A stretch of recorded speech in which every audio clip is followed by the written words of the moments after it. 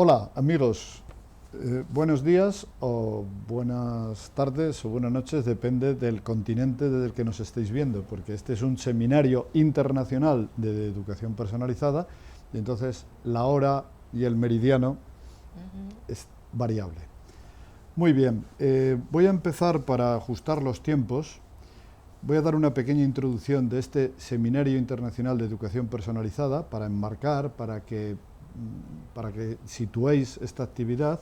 A continuación presentaré a la doctora Labatut, Evelis, y luego pasaremos a la ponencia propiamente dicha.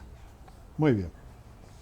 El Seminario Internacional de Educación Personalizada voy a leer para no pasarme en el tiempo. El SIEP inauguró su andadura bajo la dirección del catedrático don José Antonio Ibáñez Martín el 29 de enero del 2011 en una sesión presidida por el que entonces era el consejero de Educación de La Rioja, de la Comunidad Autónoma de La Rioja, España, don Luis Alegre. Se celebró en una casa-palacio significativa, institucional, y en esa sesión se procedió a la entrega de ayudas a la investigación que concedió el propio seminario. Fueron las primeras ayudas a la investigación que concedió la UNIR, tuvimos ese honor.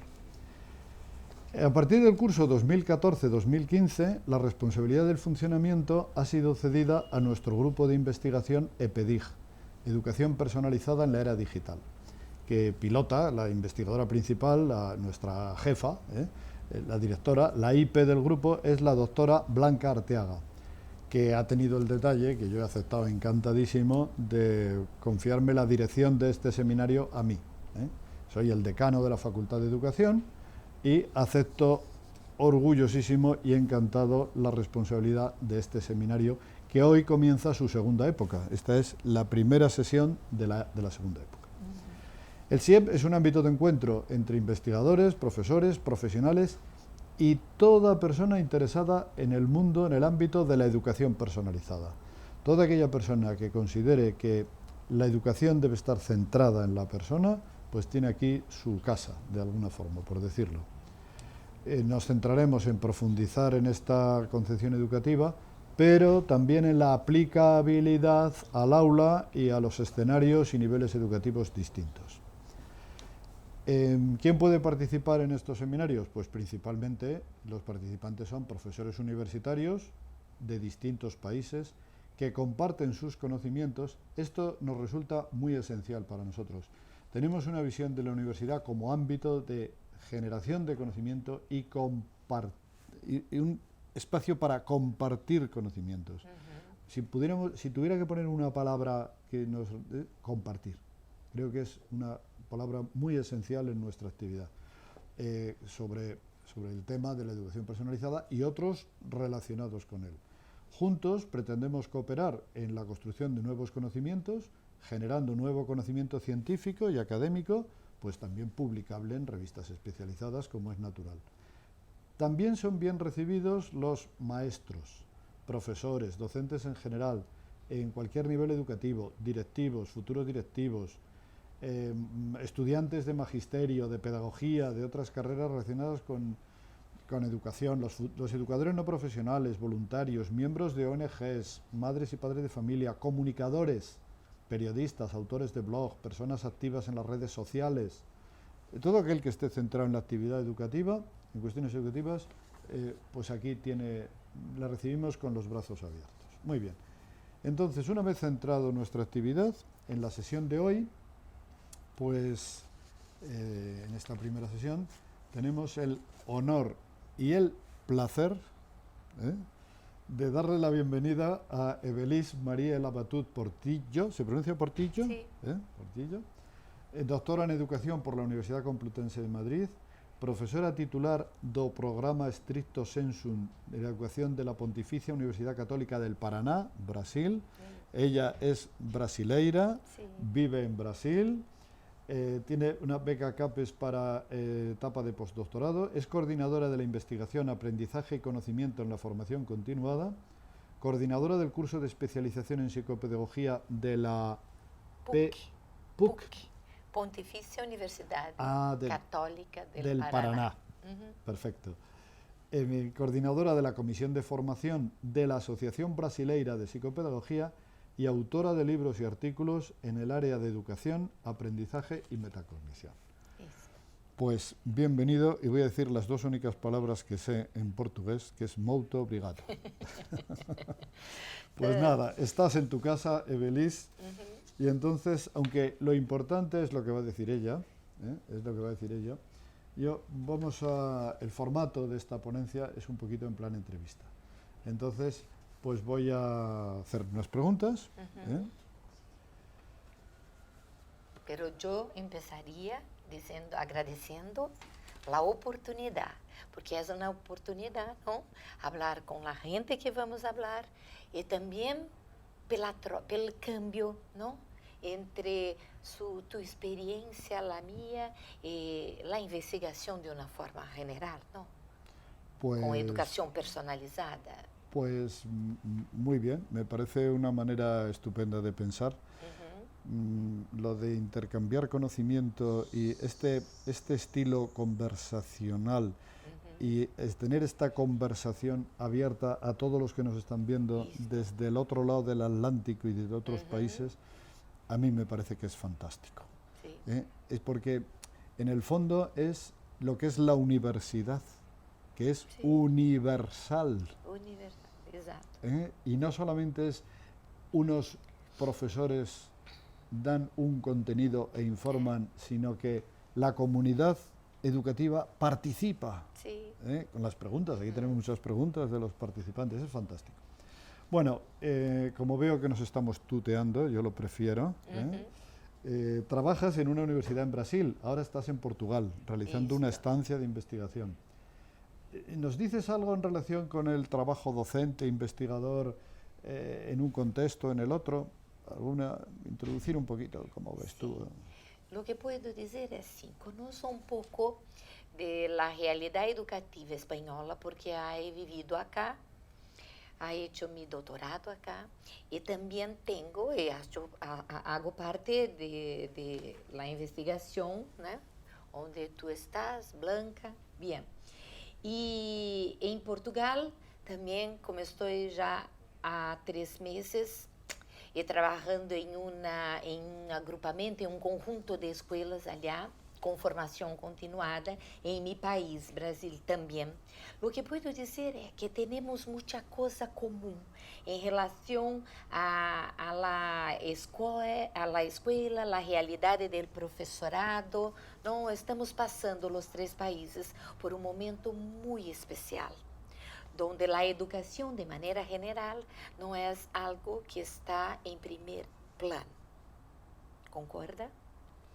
Me parece. Bueno, en la teoría se dice que sí, quizá en la realidad no sea tanto. Sí, pero de manera sí, los profesores de manera general, lo que estoy percibiendo, sintiendo en este momento es que necesitan sí de apoyo, de se sentir más importantes en aquello que hacen. ¿Sabes? Sí. Me parece que están necesitando disso. Por eso, todas las investigaciones que sean en la dirección de una formación para atender a las necesidades, nem que sea para escucharlos, ¿vale? Son muy importantes. Has dicho de pasada que formas parte de nuestro grupo. Olvidé decirlo en la presentación. Estamos orgullosos en EPEDIG, el grupo de investigación Educación Personalizada en la Era Digital, de contar con Evelis como miembro de nuestro grupo. Es uno de los investigadores que tenemos. Tu especialidad es la metacognición. Sí, el enfoque aprendizaje y incluir la metacognición. Entonces, te voy a hacer así unas preguntas un poquito rápidas, si te parece. Por un lado, esa formación del profesorado desde este enfoque metacognitivo, ¿dónde radica la importancia? ¿La formación que están recibiendo los profesores desde esta óptica es adecuada? ¿Hay que hacer algo nuevo? ¿Es la situación la misma en todos los niveles educativos? Y ya has dicho que es muy importante la formación del profesorado, pero si abundas un poquito, bueno, pues ¿dónde está esa importancia y qué podemos hacer o qué sugieres o qué...? Lo que tengo percibido es que, en general, las formaciones, ¿no?, iniciales o continuadas de los profesores se quedan mucho acerca del contenido, de los contenidos específicos de las asignaturas. Y lo que me parece que la escuela hoy, la razón de ella existir, me parece que más do que todo, es para que el alumno aprenda. A partir disto, la concepción de quién es este profesor también necesita cambiar. Y me parece que no, en las formaciones no están dando tanta importancia, no sé si es la importancia o espacio, tiempo suficiente para que el profesor se perciba como alguien que aprende, que tiene estrategias propias de aprender, que están refletidas en su enseñanza, y como tal es diferente de los alumnos. Quizá, ¿Me entiendes? Al hilo, sí. Al hilo de lo que estás diciendo, no lo tengo aquí, esto que te voy a comentar ahora me ha surgido de lo que estás diciendo, pero bueno, es una conversación, de alguna forma. En una entrevista que me hicieron hace poco presentando mi último libro, he puesto, la idea que destacaron fue: un buen profesor no deja nunca de aprender. Perfecto. Y entonces, porque ¿qué tenemos que contagiarle a los alumnos? Pues ese afán de superación que tenemos dentro, ese cómo, también entre un esquema metacognitivo que es, ¿no?, cómo yo proceso, cómo estoy aprendiendo. Exacto. Y mi propia singularidad, el valor que eso tiene, si yo soy consciente de eso, estoy generando a mi alrededor. Es verdad, porque parto de un principio, digo siempre esto, que ¿cómo puedo dar cuenta del aprendizaje o de las dificultades de aprendizaje, conocer las estrategias que utilizan mis alumnos, si yo mismo no me conozco, no me doy cuenta de cómo aprendo, de cómo hago lo que hago? ¿Percebe? Entonces, como es importante que el profesorado, ¿no?, de manera general,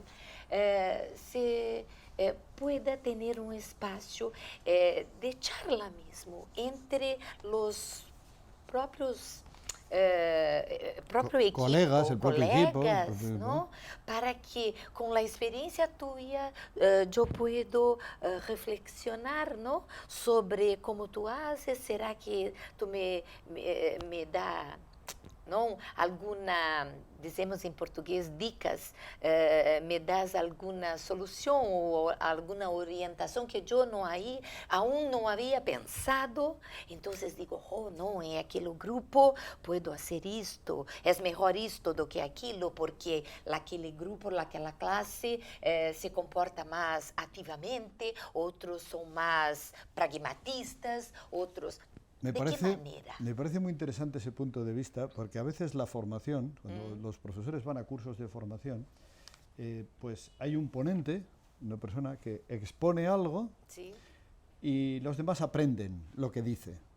Me parece un modelo insuficiente, porque lo que estás diciendo del intercambio entre colegas, al hilo de lo que tú dices, a mí me sugiere otra idea, comparo con una experiencia.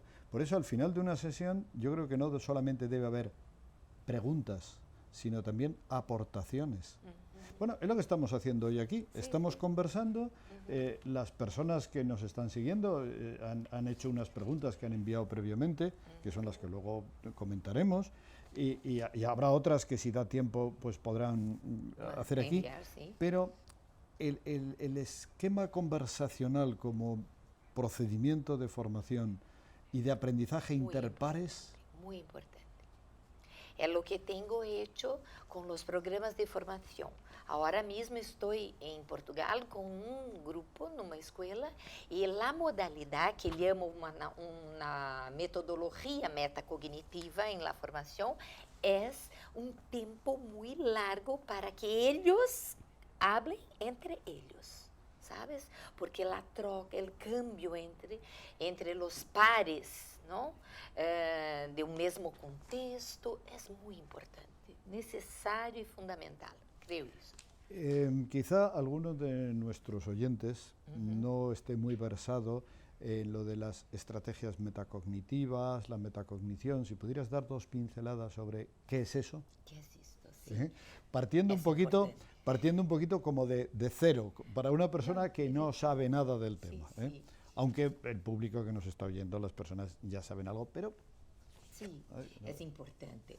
No, la metacognición, como el propio nombre dice, la meta está más allá de la propia cognición, de cómo son los procesos cognitivos, ¿no? El pensamiento, el aprendizaje, la propia motivación, la lenguaje, ¿no?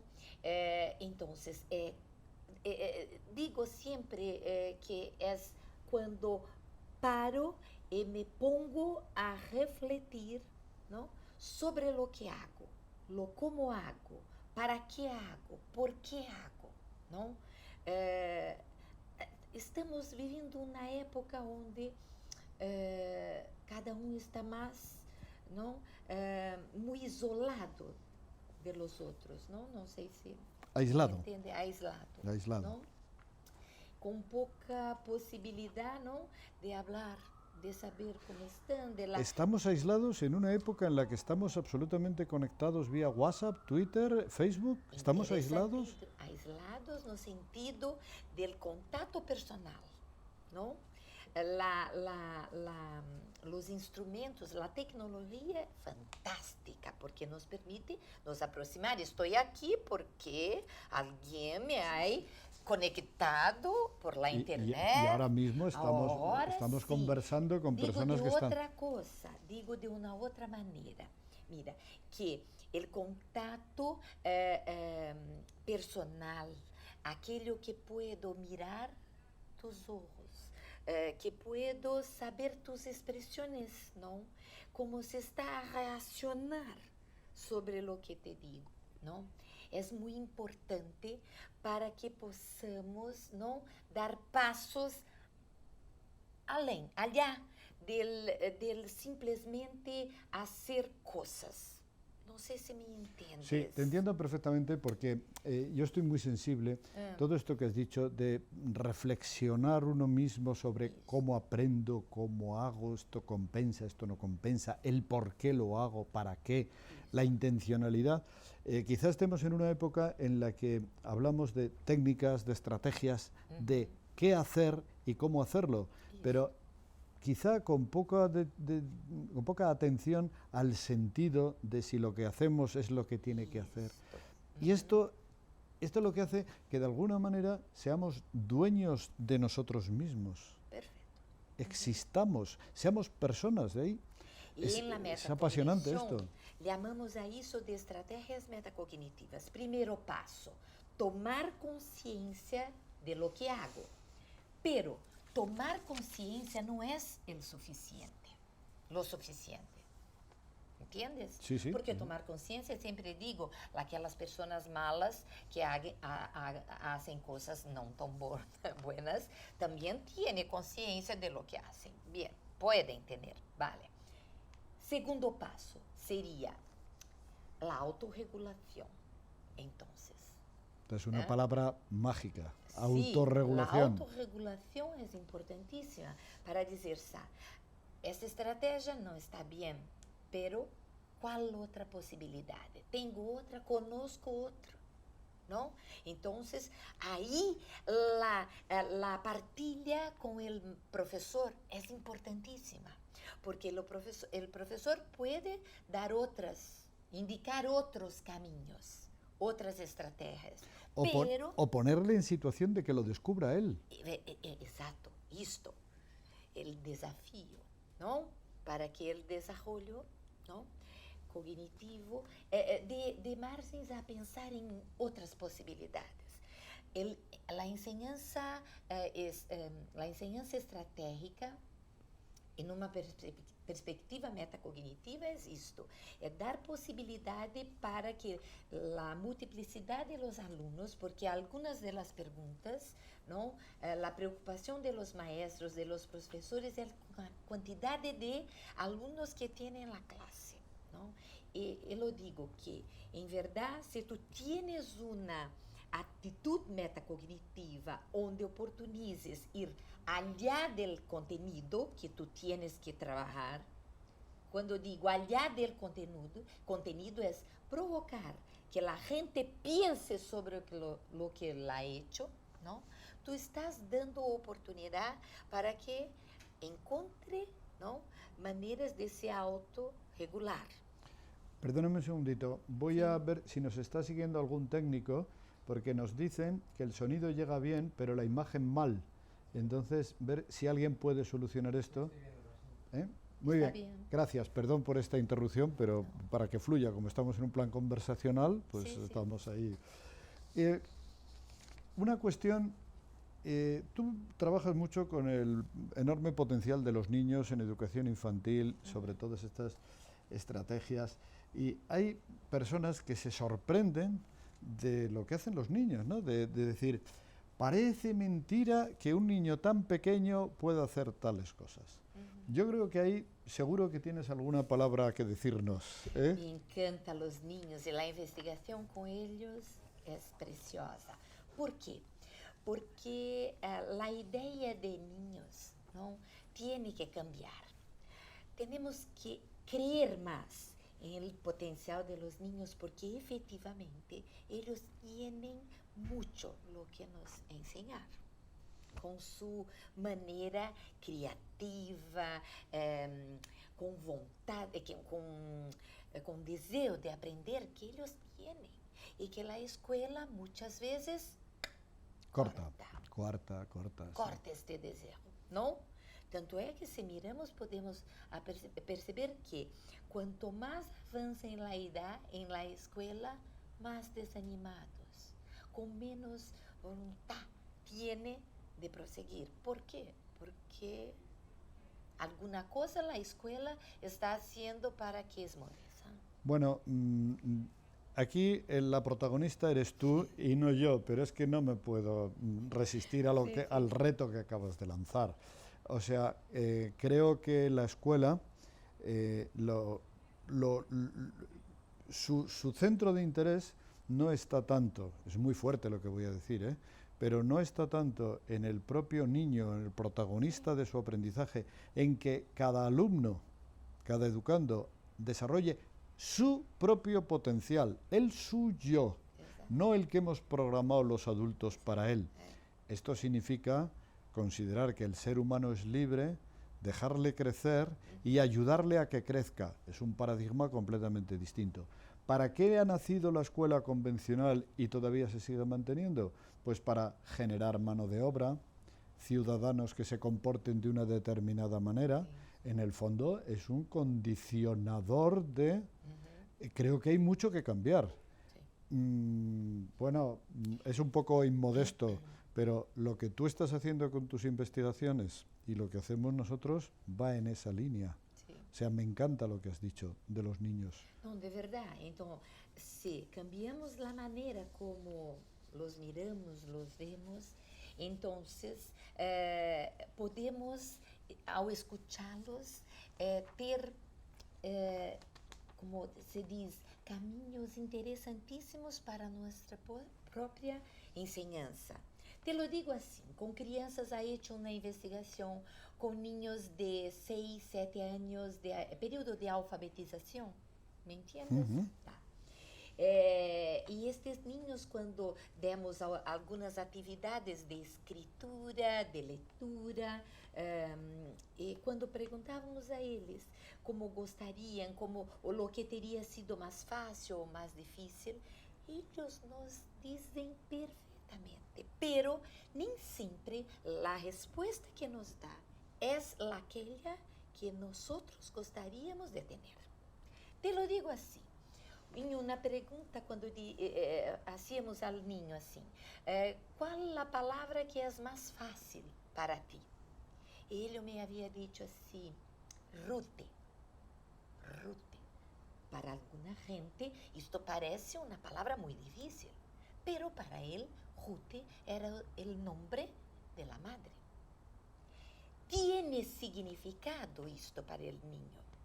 Lo que quer dizer que muchas veces no tenemos tiempo en nuestro cotidiano de prestar atención al contexto en donde vives, la realidad, la manera como articula las ideas, ¿no? Entonces, si al oír al niño, y digo más, no solamente los niños, los jóvenes, los adultos, a toda la gente, ¿no? Dar oportunidad para que ellos digan lo que piensan, ¿no? La manera que en el momento están haciendo, pero ni siempre es lo mejor. Y ahí entra el papel de profesor, que tiene que intervenir. Claro, claro, Seguro claro. que sí. No es solo un observador neutro, facilitador, como no me gusta esta palabra, porque me parece que facilitar no es lo que la enseñanza necesita. No, el profesor tiene responsabilidades y tiene un papel muy importante en ayudar a los niños en ese proceso. Sí, coincido tiene contigo. que tener mucho, como que se dice así, contenido técnico, experiencia pedagógica, relacionamiento, ¿no? Sí, sí. Para que el niño, el joven, sea quien sea, pueda estar bien, ¿no? Y tenga tranquilidad para hacer las preguntas que necesita. Sí, no es solamente una persona que está allí sin intervenir. En nuestro seminario de educación personalizada, pues queremos que el ser humano es singular, tiene una singularidad, apertura a los demás. Hay una palabra que es autonomía. Creo que esto es muy concordante con los presupuestos metacognitivos. Totalmente. Habla algo de la autonomía, por favor, Evelis. Me encanta hablar de autonomía porque en todos los programas pedagógicos de las escuelas aparece con destaque la palabra autonomía. Pero cuando vamos efectivamente concretizar o mirar dónde están exatamente dónde aparece a autonomia, ou se aparece, como está presente ou não em las classes, não? Vemos que as coisas são um pouco diferentes. Ayer estava em el terceiro encontro com o grupo de professores e falávamos sobre a autonomia. Temos algumas pessoas que nos inspiram, como o próprio Piaget, e algumas pessoas que... Piaget nos falou muito bem de la autonomia, anomia, heteronomia, e percebemos que, em geral, somos muito mais heterônomos do que autônomos. Por quê? Ainda estamos muito presos às expectativas do outro. En las clases esto es muy visible. Los alumnos esperan del maestro, del profesor, que los dé los caminos. Y los maestros, por su vez, los profesores esperan de la dirección. Y así vamos nosotros, ¿no? Hasta llegar a la comunidad, a la sociedad. Estamos siempre esperando, eso no está bien porque el gobierno no está bien. Não vou fazer isto, não, porque espero de ti algo. Claro. E dizemos que somos autônomos e que fazemos coisas autônomas, não? Creio que vivemos uma época muito difícil em termos de autonomía. A puerta cerrada, antes del micrófono, hemos estado hablando los dos de dos anécdotas que nos han ocurrido.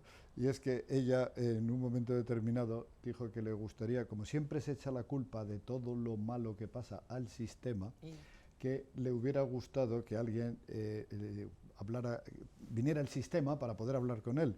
Y justamente en el mismo momento, en otro contexto, yo estaba diciendo en una conferencia que por favor, si alguien conocía a la sociedad, que me diera su email o su WhatsApp para poder citarla, porque debe ser una cosa horrorosa, ¿no? Tiene la culpa de todo. Y en el fondo decíamos que el problema es esconderse. Cada ser humano se acaba escondiendo, culpando a alguien que no deja de ser humo, porque es un constructo, y lo importante que era el fomentar en educación la autonomía, la autorreflexión, la metacognición. Sí. Háblanos, por favor, de si es posible, entonces, ya está claro que el desarrollo humano sin competencia metacognitiva no puede ser, no se da. Creo que no. Pero casi dinos algún tipo de estrategia que tú veas para conseguir que esto se ponga más de moda en las escuelas. Me encanta hablar sobre eso porque de verdad creo que es un camino efectivo para que algún cambio en las escuelas, en el sentido del aprendizaje del alumno, se pueda realmente se concretizar. Son los procesos metacognitivos cuando, antes mesmo de pensarmos em um instrumento efetivo, há muitos, muitos não sei, pero alguma coisa sim, temos em termos de instrumentos que ajudam o professor a conhecer melhor o grupo, sim, há. Pero me parece que o mais importante, hablando sobre a metacognição, é a atitude docente. Lo que llamo actitud docente es que el propio profesor sepa que há maneiras e maneiras de trabalhar os contenidos específicos. Que lo mais importante del contenido é lo que hacemos com ele, com el grupo. Como podemos fazer? Dar sempre um espaço para chegarmos ao grupo e perguntar: como ha sido fazer isso? O que podes me dizer sobre o que te ha gostado ou não gostado do lo que ha hecho? De que outra maneira se pode fazer o que está fazendo? ¿De qué otra manera se puede hacer? Se tuviese que hacer lo mismo de una otra manera o empezar nuevamente, ¿cómo haría? Y para que un profesor haga esto, es complicado porque yo observo que hay algunos profesores que creen que si cuando un alumno le hace una pregunta y no la sabe contestar, quedan como en ridículo o que son unos ignorantes. Entonces, ese miedo a pensar que uno no está a la altura, de alguna forma impide el que los alumnos puedan hacer otras interpretaciones, otras búsquedas. Sí, perfecto. Por eso te lo digo. Lo más importante es la actitud. Que el profesor, él, sea una persona sensible, ¿no? Y que crea que la enseñanza está focada, debe estar focada en el aprendizaje. En el aprendizaje. Y en fomentar la autorregulación del aprendizaje. Perfecto, ¿no? Y esto cambia las relaciones, ¿no? Entre el profesor, con el contenido y con el alumno. Es una triangulación. Y voy a hacer una pregunta un poquito como si fuera el abogado del diablo, como si yo fuera la oposición. Sí. ¿Y esto no le quita autoridad al profesor? De manera ninguna. De manera ninguna. Me encanta cuando percibo que los alumnos tienen alguna pregunta que me provoca, que me moviliza para investigar más, ¿no? Entonces tenemos que tener una otra manera de pensar el concepto de enseñanza, ¿no? Llevo ya muchos años en el aula, ya se ve por el color y mi experiencia es que cuando un profesor actúa de esa manera que tú estás diciendo, lo que hace es que gana en autoridad y se convierte en líder de la clase y es un ejemplo para las generaciones. Sí, lo he observado en muchas mismo. ocasiones. Bueno, pues oye, esto está resultando muy interesantísimo, muy interesante, muy interesante. ¿Nos puedes decir ahora el estado de la cuestión? O sea, desde tu punto de vista como estudiosa, investigadora y especialista en metacognición, ¿cómo ves el avance de la metacognición pues, en los centros escolares, académicos? ¿Hacia dónde estamos caminando? ¿Hacia dónde va esto? Tienes muchos seguidores, conviene que nuestros oyentes se impliquen. Creo que la metacognición es una cosa que ya está puesta. Sí, la gente sabe que es importante, que es necesario, pero está muy paradita en términos de acciones concretas, efectivas y, consecuentemente, investigaciones que puedan ayudar, ¿no? Principalmente no caso de profesores, para que los alumnos aprendan mejor, con más qualidade, não? Que avancem, que tenham novos desafios. Sí. Lo que queremos é isso, melhores resultados acadêmicos também, não? Melhores personas e melhores acadêmicos, não? Que as atividades acadêmicas melhorem. E creio que necessitamos, sim, de mais estudos mesmo de experiencias, porque mira, la experiencia que tengo es que la metacognición existe desde, no tan pequeños, pero existen desde cedo estrategias metacognitivas, mesmo que sem consciência, ¿vale? Por isso que um professor que tenha esta consciência de la importância de la metacognición, não? Deve desde temprana idade, não? Que os alunos, os niños se acostumbrem a reflexionar sobre suas aprendizagens desde sempre. Pero também com os adultos, que hago também investigações metacognitivas com os adultos, tienen, sim, utilizam estratégias, pero com não tanta consciência. ¿Con qué? Perdón. Consciência, toma de consciência, necessitam tomar mais consciência. Utilizam estratégias, se utilizam. Pero no son muy conscientes de que las están utilizando. Exatamente. E a consciência para a autorregulação é sim, fenomenal, é importantíssima, não? Porque aprendemos inconscientemente, sim, aprendemos, temos aprendizajes inconscientes. Alguna vez, no, hace un ratito, en otra de las preguntas, has comentado algo así como que el profesor mira a su supervisor, a su director, el director al director de la institución, al ministerio, y al final a la sociedad. Yo estoy en varios debates en LinkedIn con profesores universitarios de distintos países americanos y percibo una excesiva sujeción a los planes oficiales. No puedo hacer una mejora en mi aula o con mis alumnos mientras no está regulado por la ley correspondiente del país correspondiente. Creo que, en mi punto de vista, y es lo que comparto contigo, a ver qué opinas, ¿no? Creo que en cualquier circunstancia en la que uno se mueva, con la legislación en la que esté, en su aula, con sus alumnos, puede y debe actuar de esta manera metacognitiva. Pienso yo que es responsabilidad del profesor, independientemente, me han dicho en algún debate, incluso algunos alumnos, ahora mismo están conectados alumnos míos, y una vez me dijo uno, dice, es que para este panorama tan fantástico que presenta, ¿verdad? Hablando de personalizada, dice, el Estado tendría que hacer una inversión de millones de euros. Digo, no está mal que haya inversión, sí, no está pagar mal. mejor los profesores. No está mal, sí. no, yo no me voy a oponer a eso, sí. pero no creo que sea un requisito. ¿Nos hablas de esto un poquito, por favor?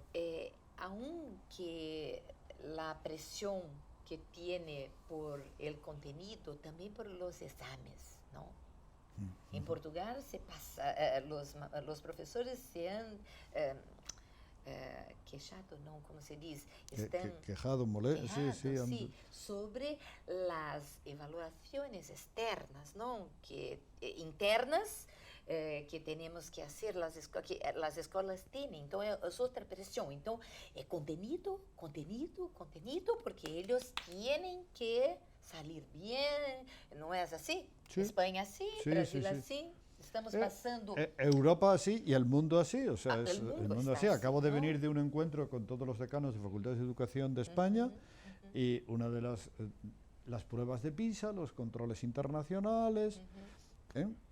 Y en secuencia digo que dos desafíos que veo con los profesores de este nuevo século es efetivamente que sea, llamo de profesor cartógrafo, aquello que tiene que seleccionar el mejor para aquel grupo que está.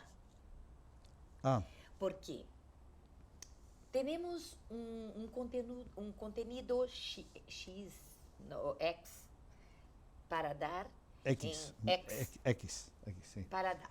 Bien, para esta clase, esta y aquella. Pero sabemos que esta y esta son distintas entre ellas, ¿no? ¿Cómo hacer con el contenido, que es lo mismo para... Então, o professor cartógrafo é aquele que vai mapear. Ya te entiendo. ¿Entiendes? Sí. Lo que es mejor para aquella, lo que necesita esta y aquella otra, ¿no? Y si me permites, no solo en cada clase, sino dentro de cada clase, sí, las diferencias que hay. Para llegar a esto. Mapear. Me ha gustado lo de profesor cartógrafo. Cartógrafo porque debes mapear. Mapear.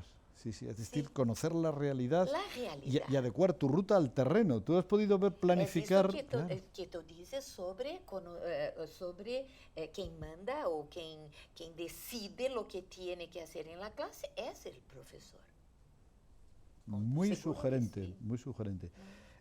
Tenemos que ir terminando ya esta parte y ahora seguimos atendiendo lo que nos han preguntado los demás miembros de esta reunión, que no están aquí físicamente, pero sí están personalmente, no están corpóreamente, pero están... dinos alguna obra, algún autor para que nuestros estudiantes de la Facultad de Educación o la gente interesada pues pueda profundizar un poquito más. Por cierto, perdón, @ePEDIG es el hashtag, es de cómo localizarnos en Twitter, y estaremos encantados de atender vuestros mensajes, vuestros Twitter. Tenemos ahí otro espacio abierto, y entonces @ePEDIG, ePEDIG, como suena. Muy bien. Pues si nos dices, por favor, alguna obra, algún autor así relevante para que puedan profundizar un poquito más. Tenemos los estudios de la metacognición empezaron con Flavel, un americano que ha hecho algún trabajo sobre eso. Empezó con la metamemoria, fue por este camino metaaprendizaje, hasta que llegó al término metacognición. Que si pararmos para pensar, no es nada nuevo, ¿no? Sócrates ya no decía, conócete a ti mismo, ¿no es verdad? Sí, sí. Pero ahora mismo tenemos mucha influencia del propio Gardner con las múltiples inteligencias, cuando nos dices que tenemos varias inteligencias, que no tenemos una Perdón, sola. Ya que has citado a los clásicos, Cicerón ya hablaba de que la inteligencia, siendo una, porque la inteligencia es una, teníamos todos muchas distintas capacidades intelectuales. Es esto, ¿no? Gardner apenas ha puesto de una otra forma. Entonces, todos los estudios hoy de la neurociencia, de la neuropsicología, para que nos ayuden, ¿no?, a entender el procesamiento cognitivo y metacognitivo, ¿no? Entonces tenemos en España, por ejemplo, los estudios de Jesús, de Ignacio Pozo, Inglaterra de Guy Cleston. ¿Beltrán?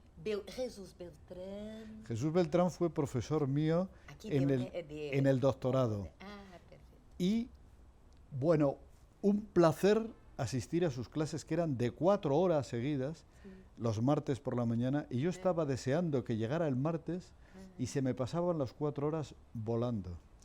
Por cierto, como se me están pasando estos casi 50 minutos que llevamos y nos estamos pasando de tiempo, concrétanos un título más si acaso y damos paso a las preguntas. También para recordar, un equipo en Estados Unidos coordinado por Bransford, que también hacen un trabajo muy interesante. Sí, por la pronunciación, como está... es difícil. En mi site, tengo un site donde hay referencias sobre metacognición y aprendizaje. Muy bien. ¿Se puede dar? Nos podéis escribir a @ePEDIG, ¿eh? Y allí os ponemos en contacto con la website de Belize, que está encantada y de emplear tal. Pues entonces vamos a dar paso a lo que las personas que participan de otros países pues nos han hecho llegar con antelación. Luego a los que están preguntando ahora en el chat. Muy bien. Dice, algunas de las cosas las he ido mirando y ya están contestadas. Pero bueno, cuando las hicieron todavía no te habían oído. Sí. Entonces, sí. Claro, el que ha hecho la pregunta pues comprenderá que algunas de las cosas ya las has dicho. La primera pregunta que dice aquí es, dice, ¿hasta qué punto recae sobre el alumno o sobre el profesor el aprendizaje metacognitivo? No sé si se entiende la pregunta. Sí. Los dos.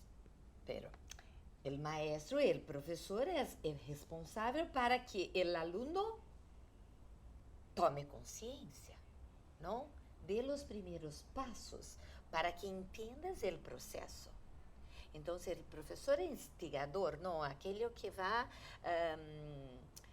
a tener una actitud que lleve el alumno a pensar sobre, a refletir sobre.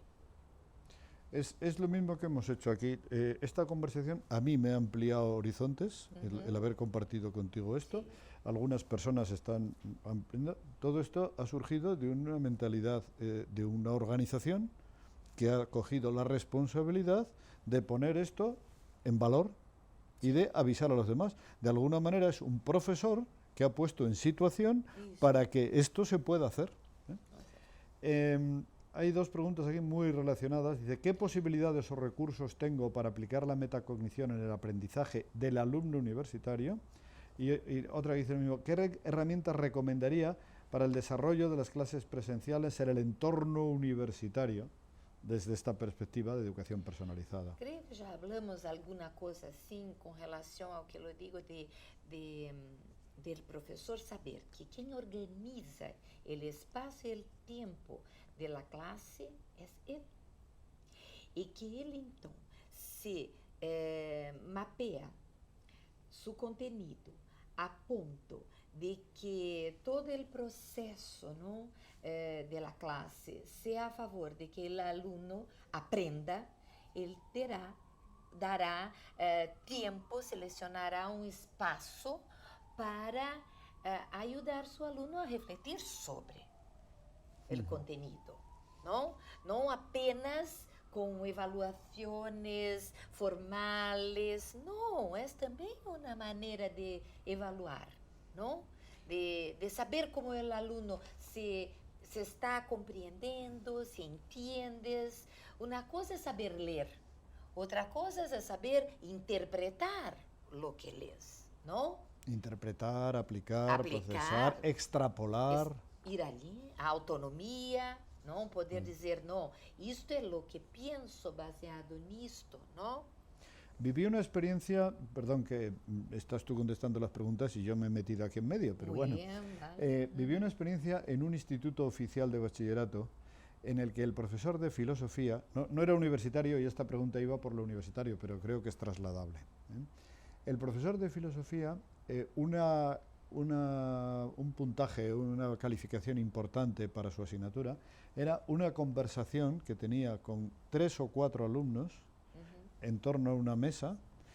Los demás alumnos estaban observando la conversación, entonces él provocaba, echaba ahí en la mesa un tema de discusión y veía cómo los alumnos intervenían, recordaban, decían, veía el alumno que solo repetía contenido del libro, el alumno que daba un matiz o que sugería un campo de pensamiento nuevo, y eso le servía al profesor para evaluar.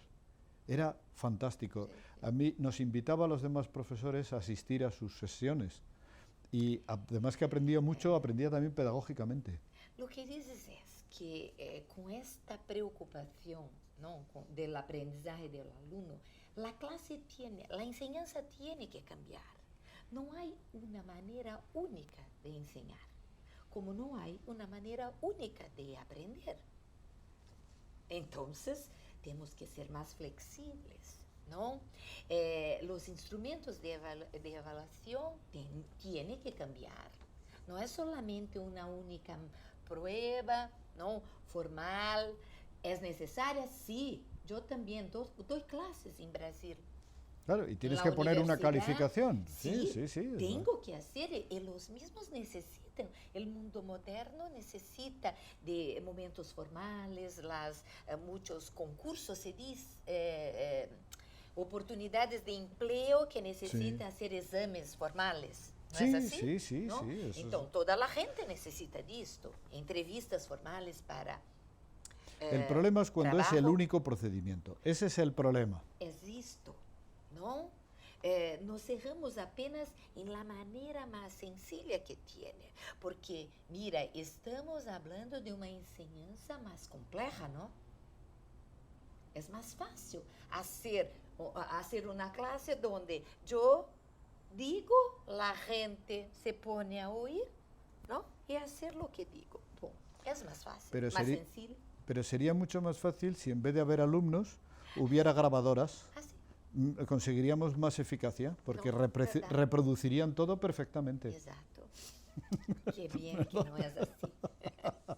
Bueno. Está claro. Otra pregunta. Dice, en relación a la comprensión lectora, estudiantes de pobre comprensión, dice, ¿no comprenden y por eso no aplican, o no de forma adecuada, estrategias metacognitivas, o es al revés? Como no se supervisan, ¿no alcanzan a tener una comprensión profunda de lo que lee? La propia comprensión puede estar ligada a la utilización de estrategias inadecuadas. Las estrategias, siempre se tiene estrategias para hacer lo bueno o lo malo. Pero ahí es que la intervención del profesor es fundamental, porque puede mirar si aquella estrategia que el alumno ha adoptado es la mejor, porque muchas veces no es, ¿no? Se quedar apenas con la memorización de lo que hace no es suficiente. La memoria es importante, importantísima, pero no basta, no solo ella, ¿no? Tiene que explorar otras posibilidades cognitivas. ¿Me entiendes? Perfectamente, perfectamente. Entonces, la metacognición en este momento es esto. Siempre hay una estrategia en aquello que el estudiante hace, como también nosotros. Pero ni siempre son las más adecuadas. Siempre las cosas se hacen de alguna manera, siempre se hace con un método, con una metodología. La cuestión es que uno no siempre es consciente de qué método está utilizando. Exactamente. Claro. Por eso es que la metacognición ayuda a que tanto el profesor como el alumno puedan perceber, ¿está me trayendo buenos resultados? No, lo que pasa, si for por un otro camino, ¿cuáles? Porque no hay una única manera. Y creo que toda la gente que nos oye seguro que ha tenido una clase en que el profesor nos ha enseñado dado una información cualquier y que nosotros salimos de esa clase diciendo, no entendí nada. Lo que pasó. Soy un tonto, ¿no? ¿Te pasó eso? Sí, claro. En Brasil, pensé que era una cosa de Brasil. No. España también. De hecho, no solamente eso que dices, eso a mí me ha marcado en mi trayectoria personal y profesional. Porque ¿De qué manera? Pues te lo voy a contar. A ver qué hora tenemos. Sí, estamos en tiempo. A ver, en clase de física, cuando yo era niño, bachillerato, me explicaban cosas y yo tenía muchas preguntas porque no entendía. Perdón por la inmodestia, no porque fuera tonto, sino porque necesitaba comprender los porqués, no solo los cómo. Sí. Entonces, profesor, preguntaba, me volvía a explicar lo mismo con las mismas palabras. Entonces era como un bucle, volvía a la misma situación. Exacto. Ahora ya está claro, ¿verdad? No, volvía otra vez. A la tercera o la cuarta vez que me volvía a decir lo mismo con las mismas palabras, y él no había comprendido lo que yo no comprendía, Sí. esto es una meta... Porque no estaba preparado para eso. Claro, entonces ya llegaba un momento, sobre todo cuando era la hora del recreo, de salir al patio, lo que fuera, que los demás compañeros me miraban con odio. Decían, no preguntes más, que no salimos. Y entonces yo decía, ah, sí, sí, sí, es verdad. Pero era mentira. Entonces eso me marcó luego profesionalmente, porque dando clases, digo, yo siempre decía, sensibilizado por esta anécdota, ¿no? A mis alumnos, ¿habéis entendido? Hasta que no entendía no me quedaba tranquilo. Y me decían, sí, sí, sí, sí. Y yo decía, qué bien. Pero luego me di cuenta que me podían decir que sí habían entendido, pero habían entendido a lo mejor lo que ellos creían que había que entender, no lo que había que entender. Y no preguntabas esto en la hora de recreo, ¿no? No. Dabas un tiempo. Entonces, Sí, claro, ya también, al final me di cuenta que no basta con que dice, ¿hay alguna duda? No hay ninguna duda, está todo pronto, resuelto. está bien. No, no basta, no basta. Hay que hacer feedback Exato. para ver qué es lo que ha entendido, cómo ha entendido, el sentido, el significado. Exato. Entonces, claro, ya se establece otra dinámica. Pues eso que has dicho es que me ha tocado en lo personal porque es una vivencia muy No, y profunda. creo que en toda la gente, ¿no? Se pasó lo mismo. Entonces nos quedamos así con una autoestima, ¿no? Muy baja, Claro. porque no creíamos en nosotros. Por eso que es importante saber que a partir de esto no hay gente tola. No creo. Toda la gente es posible de mañana, ¿no? Está mejor que hoy. Siempre. Entonces, el profesor siempre creer que su alumno mañana estará mejor. Seguro que sí. Esto es muy importante porque es muy importante desde el punto de vista técnico, pedagógico, científico, es muy importante, muy relevante, pero también desde el punto de vista humano. ¿Cuántas generaciones y cuántas personas son infelices porque han creído que sí que eran tolos, como decís, ¿Verdad? tontos en español, Tontos, pero sí, tolo se Miente, entiende porque en Galicia se dice tolo y Esto. Galicia y Portugal es tolo, te Perdón. he entendido. Pero esto es muy relevante. Hay, cuando en psicología se estudia todo el tema relacionado con el autoconcepto, la autoestima, todo esto está muy vinculado a la metacognición, Sí, sí. a la capacidad de... Es que es muy relevante lo que está... Y claro, eso necesita un cambio. Hay aquí 2 o 3 preguntas que no sé si son para ti o para mí. Sí. No, dice, la pregunta 4 dice, ¿cree que hoy en día, tal como está la educación personalizada es posible? Y luego dice, ¿la educación personalizada solo se da para los casos de personas con necesidades educativas especiales o en general? Bueno, yo quería decir algo luego sobre esto, pero si tú eres la protagonista, di tú algo, no te voy a robar aquí la No, cuota de pantalla. empiezo y tú Bien, completas. pues Porque eso digo, es. personalizada no sentido de darmos atención a la manera específica de cada uno aprender, ¿no? Sí, bueno, luego comentamos. En general, y tú especificas lo que No. trabajan acá, Sí. ¿no? Entonces, dentro de este principio, sí, se puede, ¿no? Esto estar, hacer, creo que es una necesidad. Que possamos, e mira, muitas vezes a implicação disto em la enseñanza é que o maestro, o professor perciba que a classe não é solamente dele, ele organiza, pero ele também abre as possibilidades para que os alunos hagan sugerências sobre outras maneiras, outras estratégias, não? De las cosas acontecerem quando está a apresentar un determinado contenido.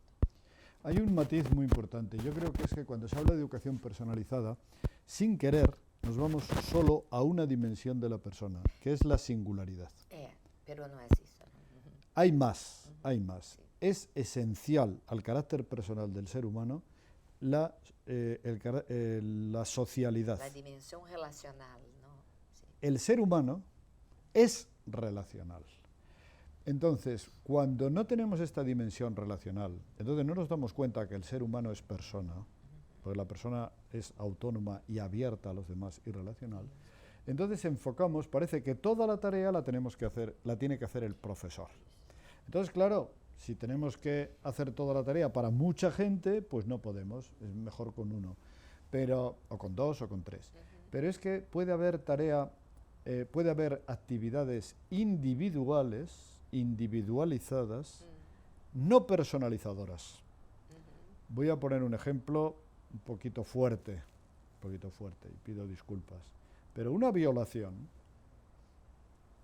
un acto individual, no es personalizador, es despersonalizador.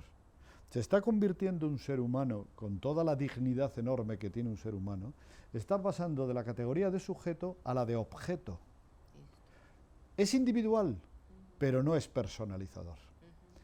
O un psicólogo o alguien que está en una entrevista personal manipulando la conciencia. Y yo estoy tratando de convencerte con hipnosis o con alguna forma para conseguir unos fines contrarios a los que tú deseas. Es una actividad individual. ¿Es personalizadora? En absoluto. No, no. Personalizar no significa solo atender a cada uno individualmente. Este es una cosa muy compleja porque tú estás a decir sobre las varias dimensiones, ¿no? de la persona y del proceso de aprendizaje, ¿no? Y que el aprendizaje acontece, la transformación en cada uno, pero ella solo es posible en la relación, lo social. De hecho, el ser humano no es un ser aislado, es un ser No, en relación con. Perfecto, ¿no? Y con otras dimensiones, como también la cognitiva, la ética, La afectiva, ¿no? Y es fundamental. Una de las personas que está presente en esta reunión, dos personas, están escribiendo conmigo un artículo en la que estamos haciendo un estudio integrador de esas dimensiones de la persona. Dimensión afectiva, volitiva, cognitiva, corporal, el lenguaje corporal importantísimo, la corporeidad de la persona, y luego la unidad interdimensional de todas esas dimensiones, porque el humano es uno. Entonces, claro, el hablar de si se puede, porque hay otra pregunta aquí que dice, ¿cómo se puede personalizar la educación física en educación primaria cuando tenemos 25 estudiantes?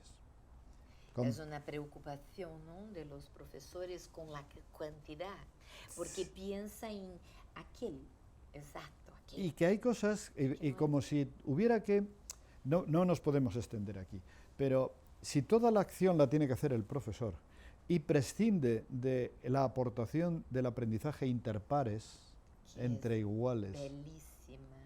Tengo una experiencia de manejar un grupo de 48 alumnos en bachillerato, en la que pude organizar la clase de tal manera que hubiera monitores, Exacto. Con lo cual yo tenía mucho menos trabajo porque entonces uno enseñaba al otro, el otro aprendía, me estaba adecuando como el guante a la mano, como ropa, no de prêt-à-porter de grandes almacenes, sino como hecha a medida, y sin embargo no me estaba llevando a mí tanto trabajo, porque yo no tenía que atender a cada uno. Creo que esa personalización... Y desde muy temprano, los niños pueden aprender con los otros. Tengo experiencias muy interesantes en relación a eso, cuando el profesor ¿no?, da una actividad y que deja que cuando uno termina puede ayudar a otro y muchas veces muy mejor do que el propio profesor. Algunos de los alumnos que están ahora mismo conectados tienen experiencia en nuestras clases, en los foros. De ayudar. En los foros, claro. Hay preguntas que entra el profesor a contestar a una duda y ya contesta otro compañero. Y a veces contesta desde un contexto más cercano. ¿Verdad? Exacto. Con lo cual, claro, el querer pensar que toda la carga tiene que caer sobre el profesor... No es posible, no. Muy pesado. Claro, entonces, esa es tengo una anécdota buenísima de un profesor nuestro que estaba trabajando con población marginal, con unos alumnos muy infradotados socialmente, ¿no?, muy marginados, y estaba haciendo unos dibujos en clase para hacer una terapia con dibujo y tal, y un dibujo, y dijo a uno de los niños, son niños de 14 años, 13, 14 años, y le dijo, José, y José, al oír su nombre, hizo así. terrible la experiencia vital que tendría. Le llamó y le dijo, José, eres un artista, en andaluz, eres un artista. Con 3 palabras consiguió que ese chico tuviera una transformación vital, se sintiera querido y de ser un marginado pasó a ser un colaborador de la clase. Eso tiene que ver con el presupuesto del Estado, tiene que ver con la cantidad de dinero o con los números de alumnos, no, porque me ha encantado lo que has dicho de la actitud. Perdón que estoy cogiendo yo mucho a cuota de pantalla y las preguntas van para ti.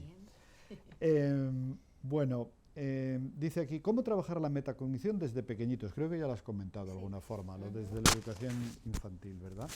Uy, me he soltado el micrófono.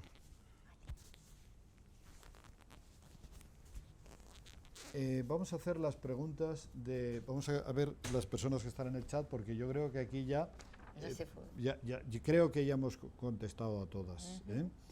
Si alguna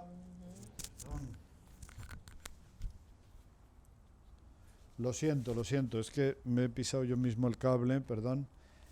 Bien, si alguna de las preguntas que se han hecho la he omitido por error, pues si están conectadas las personas que lo hicieron, pues insisten, por favor. Vamos a ver, Evelis, vamos a darle un poco voz a las personas que están. Sí. Tenemos aquí, perdón, un momentito. Bueno, esto es lo que tiene el directo, ¿verdad? Como estamos en directo, pues, sí. Oye, son las que viene ahora. Las ventajas. Dice aquí, buenos días desde Barcelona, desde Cornualles, aquí nos saludan.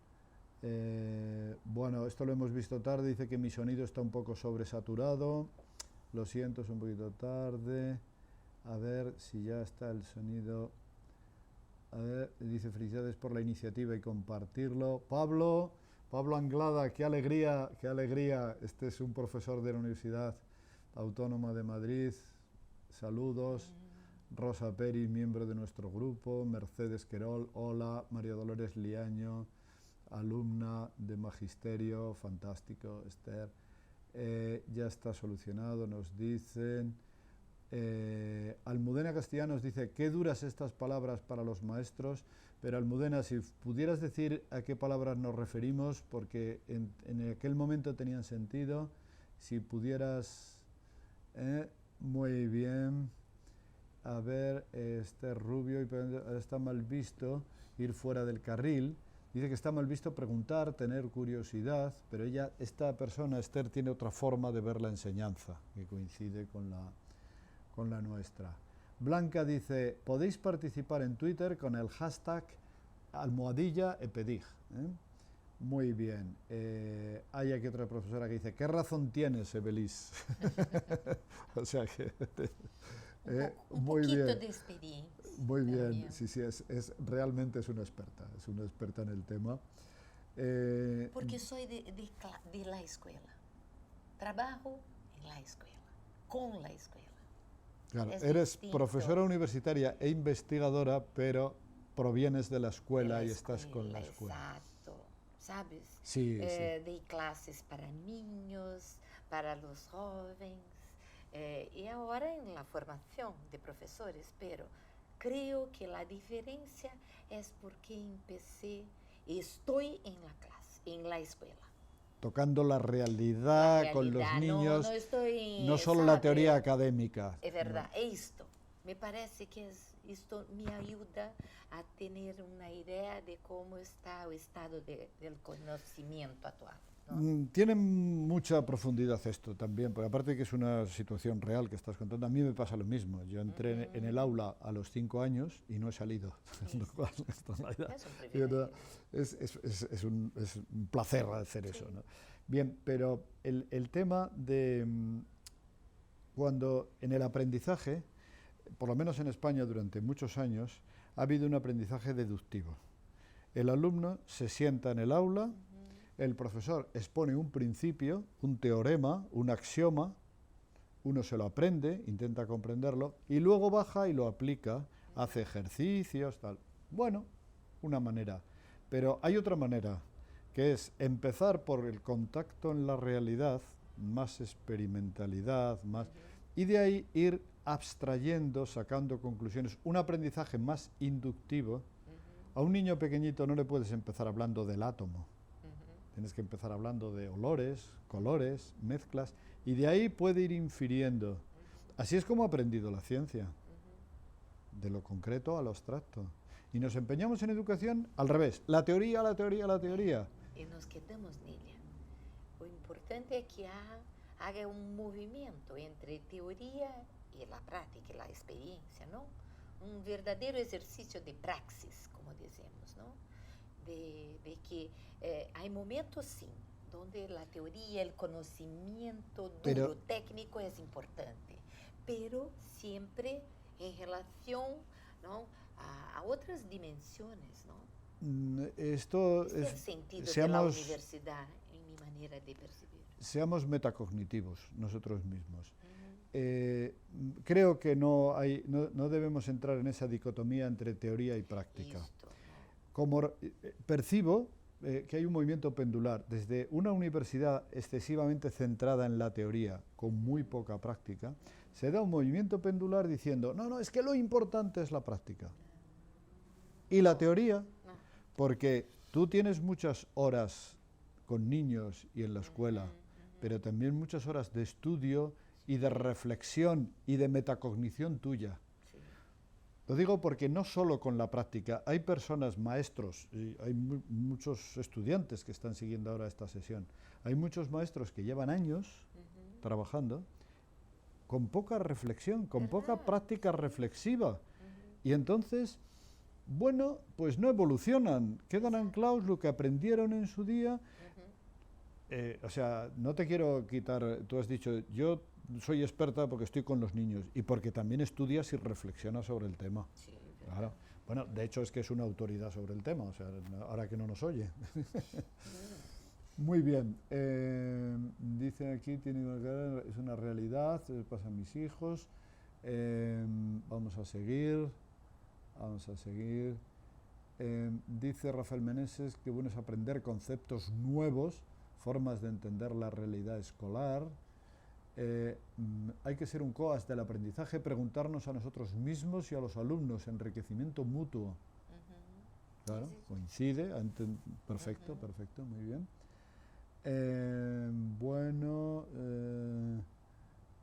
Por otro lado, mira, ya nuestra IP, Blanca Arteaga, ha puesto el site tuyo, ya lo tiene, metacognisao.com Brasil. Brasil. Muy bien, muy bien, muy bien. Muy bien, Blanca pone ahí el site. Bueno, dice que hay lo temporal, más información sobre la ponente, ha puesto Paola Perochena, que es otro miembro de nuestro grupo. Y bueno, hay otras personas que tienen que ir. Dice aquí una persona que dice que ha trabajado mucho en dinámicas de trabajo grupal, en FP en la universidad. Almudena Castellanos pregunta, dice, ¿a qué edad se puede empezar a trabajar la metacognición? Desde siempre.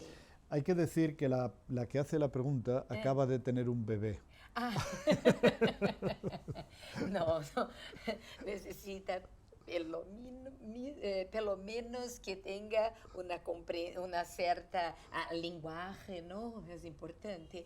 Pero tu actitud en relación a tu bebé desde siempre puede ser metacognitiva. ¿Cuándo? Cuando no das las cosas prontas, pero instiga a él a ir, ¿no? A no dar, por ejemplo, el vaso cuando pedes, pero ¿cómo puedes hacer para ir hasta allá, ¿no? Que las cosas no vengan muy sencillas, muy fácil, ¿no?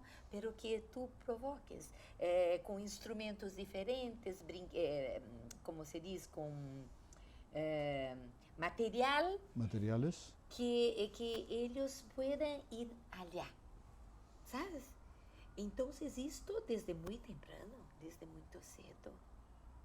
Sí, una de las personas que estaba es especialista en educación temprana, en estimulación temprana. Entonces sabes muy bien. Y se ha ido ahora ya porque al parecer tenía otro compromiso, hace unos 5 minutos que dejó el chat, pero yo he hablado en muchas ocasiones con él.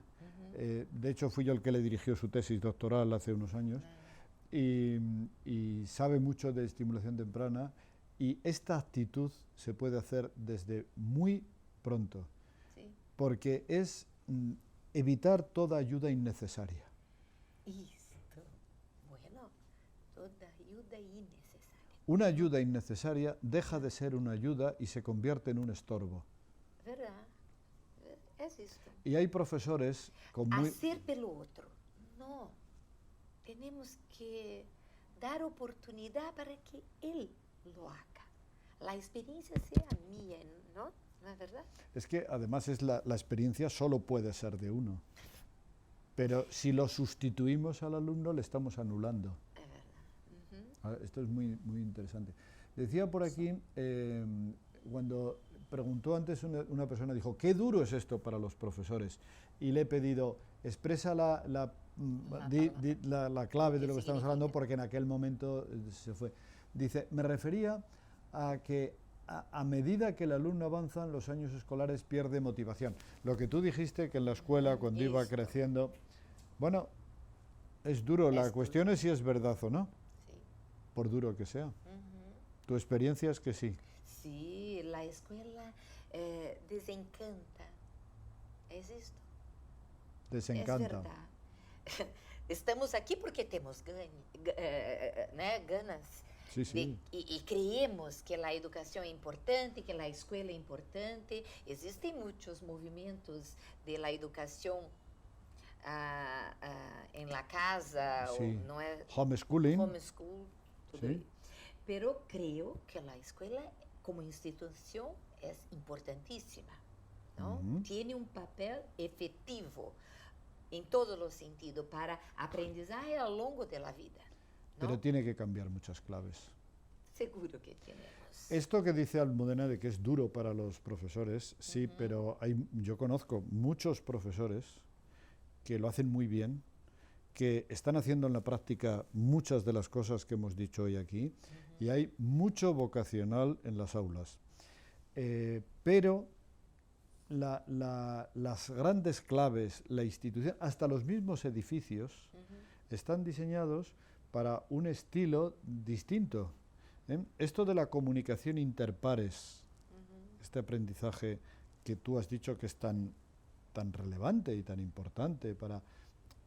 El propio mobiliario no lo facilita, porque está diseñado con otras claves más autoritarias. El profesor sabe, el alumno aprende y no hay más. Eso sigue siendo real, el profesor sabe, el alumno aprende, pero hay todas estas otras claves. Sí. Bueno, es lo que hemos dicho. Hemos contestado aquí. Dice Lourdes, una pregunta conceptual. Dentro de las estrategias metacognitivas, ¿la monitorización de la comprensión y el control de la comprensión hacen referencia a lo mismo o son estrategias diferentes? Están dentro del autocontrol, de la autorregulación, porque tenemos que planear, supervisionar y evaluar. Son subestrategias de autorregulación. Muy bien, pues muchas gracias. Pregunta concreta, respuesta concreta. Blanca, nuestra investigadora principal del grupo, dice... Nuestra jefa. Nuestra jefa, exactamente. El profesor universitario debe formarse desde todos los niveles educativos, a pie, no desde la tarima. Pues, ¿qué hacemos? Aplaudimos, ¿no? Sí, está Sí, muy bien. estamos de acuerdo. No es por hacerle la pelota a la jefa del grupo de investigación, estamos de acuerdo. Merichel dice, ¿cuántas veces hemos escuchado que el error es una parte del aprendizaje? Que el equivocarnos, el ensayo-error, nos lleva a unas conclusiones. Deberíamos plantearnos seriamente a dónde nos lleva una educación que sanciona el error. Debemos animar a nuestros alumnos a equivocarnos y a leer el positivismo del error. Muy sugerente. El fracaso como oportunidad de aprendizaje. Y es verdad, Constance Camille, que es una especialista y que habla mucho de autonomía, incluso, decía y dice siempre que tenemos que tener siempre oportunidades de suceso y porque el fracaso hace parte. Suceso, éxito. Éxito. Perdóname. No. No, es verdad, me he olvidado de algunas palabras. Entonces, ¿por qué? Cuando aprendemos, salimos siempre del estado de ahora no sé, para un estado de ahora sé. Siempre hay este camino a ser hecho, ¿no? Claro. Pero en algunas situaciones hacen con que nos sintamos muy malos porque no sabemos cosas, pero toda la gente no sabe mucha cosa, incluso nosotros que somos especialistas, soy especialista en eso aquí. Incluso nosotros. No, porque parece que para mucha gente, cuando somos expertos en un determinado tema, sabemos, no es esto. Tenemos competencia para alguna cosa y que es muy pequeña en relación a toda la ciencia. ¿Concuerdas? Concuerdo y además abundo, fíjate. Cuando uno es experto en algo, descubre todavía, tiene más capacidad para descubrir todo lo que le falta por aprender en ese campo. Entonces, cuando alguien con poca madurez emocional cree que saber consiste en tenerlo todo amarrado, todo bien cogido, eso es un error. Porque eso está empequeñeciendo su mente y su horizonte vital. Sí. La experiencia de los que estudiamos y tenemos inquietudes por aprender, por saber, pues cuanto más profundizas en algo, más caminos se te abren y más ves, y la realidad la ves todavía más compleja. ¿Y dónde para eso? No en para. Ningún sitio. Exacto. No para. Y no pasa nada. Es gozoso. Mucho. Entonces, es muy interesante porque es así, ¿no? Entonces el fracaso hace parte, ¿no? Sí. Y además ayuda a madurar y hay que tener mucho cuidado. Yo creo que hoy día muchos padres jóvenes intentan evitar a toda costa a sus bebés, a sus niños el sufrimiento. Exacto. No pueden, no tienen que llorar, no tienen que frustrarse, no tienen que experimentar ninguna contradicción. No. Por lo tanto, no podrán vivir. ¿Es verdad? ¿Por qué? Claro. Muy buena tu intervención, Meritxell. Sí. Nos has dado pie a algo muy sugerente. Magnífico esta reflexión. Bueno, nos quedan 4 minutos y lo que podamos hablar en estos 4 minutos y a las 2:30 seremos inflexibles y bajaremos el puente levadizo del castillo y cerraremos. Muy bien, dice María Dolores Liaño, hay que experimentar la educación con los sentidos, tocando, oyendo, oliendo, leyendo y degustando. Yo estoy de acuerdo. Pero no solo. No solo. Bueno, pues no solo. Pero es importante, seguro que sí. ¿No? Ni solo con los libros. Ni con las pantallas digitales, ni solo con la experiencia práctica. Vale. Y en vez de pero estamos de acuerdo, tanto los dos, los dos no. Yo me estoy haciendo yo como si fuera la ponente, pero sí, estamos ahí en una... muy animados. Muy bien. No, a mí es que me está encantando y es una oportunidad el tenerte aquí, estoy feliz. Dice Marta... dice alguien aquí, aprovechando las oportunidades, Marta dice, aprovechando las actividades diarias mejor que con actividades premeditadas. O sea, aprendizaje ocasional o predeterminado, prefabricado. No, creo que tienes que planear siempre. La planificación está presente en la enseñanza. Tienes que tener un plan. Una meta, un objetivo. Seguro que sí, pero también está abierto y atento, ¿no? Para las cosas que surgen y que son fantásticas y que podemos aprender mucho, ¿no? Con el inusitado. El conocimiento, na verdad, es esto, es se surpreender. Digo a mis alumnos de doctorado, ¿no? Que una buena investigación es cuando me surpreendo con los resultados. porque não é que sempre vou responder positivamente a minha pergunta inicial de investigação. Não, tenho que me surpreender. Não esperava por isso. Bem, é assim. E isto se passa lo mesmo em la classe, porque um bom professor é investigador de sua prática, não? Perdón.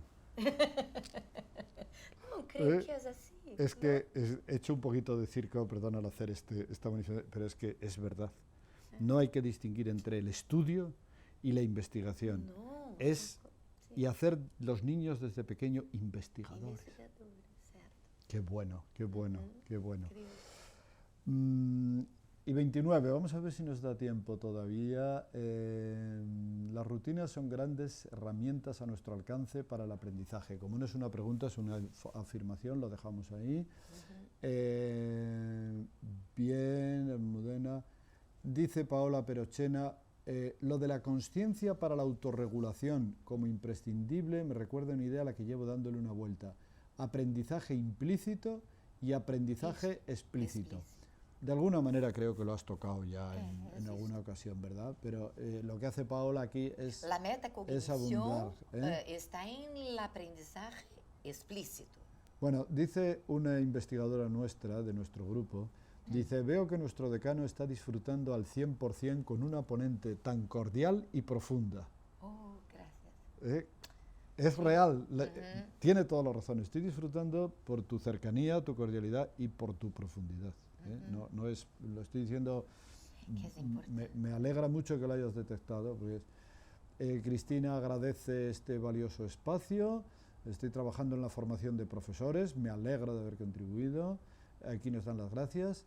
Dice, Lourdes pregunta, ¿los límites entre estrategias cognitivas y metacognitivas están claros? ¿Dónde empiezan unas y terminan otras y al revés? A veces cuesta diferenciar. Bueno, no sé si habrá que diferenciar. No, porque efectivamente acontecen, me parece, juntos, ¿no? Porque lo que son las estrategias cognitivas es como lo que está haciendo. Escribo, ¿no? Para escribir, uso estrategias cognitivas. Ahora, cuando paro para refletir sobre, estoy utilizando estrategias metacognitivas. Pero que a veces se dan simultáneamente. Y las cosas están juntas, seguro que sí. Pero nosotros, estudiosos del tema, que tenemos que saber la diferencia. Claro, ¿no? especializar para una cosa y otra, para puntualizar como especialistas. Sí, sí. Claro. Muy bien, pues son las 14:31 hora española para los que nos veis desde otros países. Y tenemos que terminar aquí. Dice Blanca, gracias a ambos, desde el otro lado de la sala, nuestra jefa, tener compañeros y amigos que hablan con esta emoción del aprendizaje es un honor y me hace dar gracias por rodearme de personas que siguen luchando por hacer de la escuela el mejor de los espacios. Bien, Blanca, muy bien. Gracias por esta open class, gracias.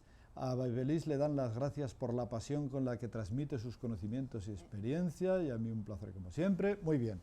Pues gracias a todos, ha terminado la primera sesión de esta segunda época del SIEP, Seminario Internacional de Educación Personalizada. Esperamos veros para la segunda y que vayáis animando a otras personas a que compartamos conocimiento y vayamos difundiendo pasión por el mundo para mejorar la escuela. Gracias por la Muy oportunidad. bien, pues adiós a todos. Adiós. Gracias, Evelis. Muito obrigado.